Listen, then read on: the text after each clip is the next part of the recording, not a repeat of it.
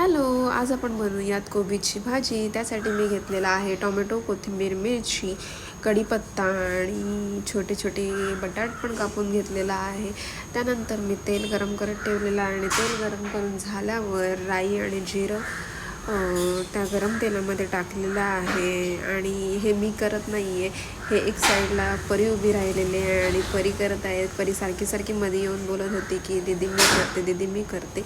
तर मग परीने मिरची वगैरे टाकलेली आहे गरम तेलामध्ये आणि त्यानंतर म्हणजे मी जसं सांगते तसं परी करत आहे, तुम्ही बघू शकताय. आणि त्यानंतर टाकणार आहोत कढीपत्ता आणि कांदा वगैरे ॲड करून घेणार आहोत आणि थोड्या वेळ परतवून घेणार आहोत. कोबीची भाजी व्हायला जास्त वेळ लागत नाही आणि आम्ही एक साईडला चण्याची डाळ असते ती पण साईडला हे करून शिजवून घेतलेली आहे, कारण जेणेकरून कोबीची भाजी लवकर व्हावी.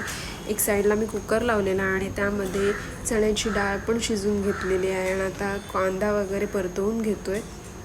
त्यानंतर परी टाकत आहे, हळद वगैरे ॲड केली आहे, कारण कोबीची भाजी ही शक्यतो मिरचीवरच केली जाते, त्यात लाल तिखट ॲड करत नाहीत आम्ही.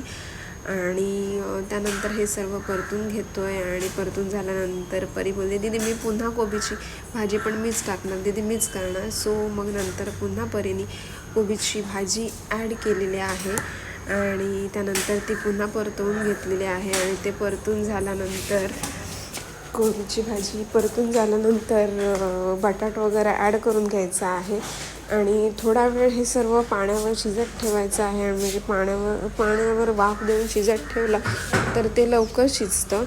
आणि कोबीची भाजी टाकली तशी टाकून झाली आहे. घेणार आहोत चण्याची डाळ आणि त्यानंतर टाकणार आहोत कोथिंबीर. अशा प्रकारे झालेली आहे आपली सुंदरशी कोबीची भाजी. पाण्याचं बॉटल आहे.